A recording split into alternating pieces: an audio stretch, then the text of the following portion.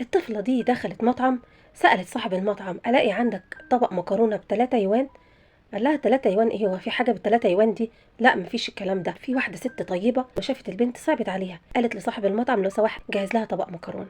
فالراجل جهز طبق المكرونة ولسه كانت هتاكل، قالت للست لو سمحتي هو انا ممكن اخد الاكل ده معايا؟ قالت لها طبعا مفيش مشكلة، واخدت الاكل ومشيت.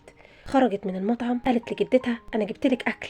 جدتها قالت لها لا، كلي انتي. قالت لها يا بنتي انا حاسه ان انا بقيت عبء عليكي. فالبنت عيطت وقالت لها ما تقوليش كده، انا ماليش غيرك في الدنيا. الست شافت الموقف ده كله، رجعت المطعم وطلبت طبق مكرونه تاني، اتحطت لها فلوس في الكيس بتاع الاكل، وخرجت وقالت للبنت طيب مش تقولي ان معاكي حد تاني؟ بعد ما مشيت البنت بتفتح الكيس لقت جواب ولقت فلوس، بتقول لها انا سبتلك فلوس صرفي منها على علاج جدتك. سبحان الله، العبد في التفكير والرب في التدبير.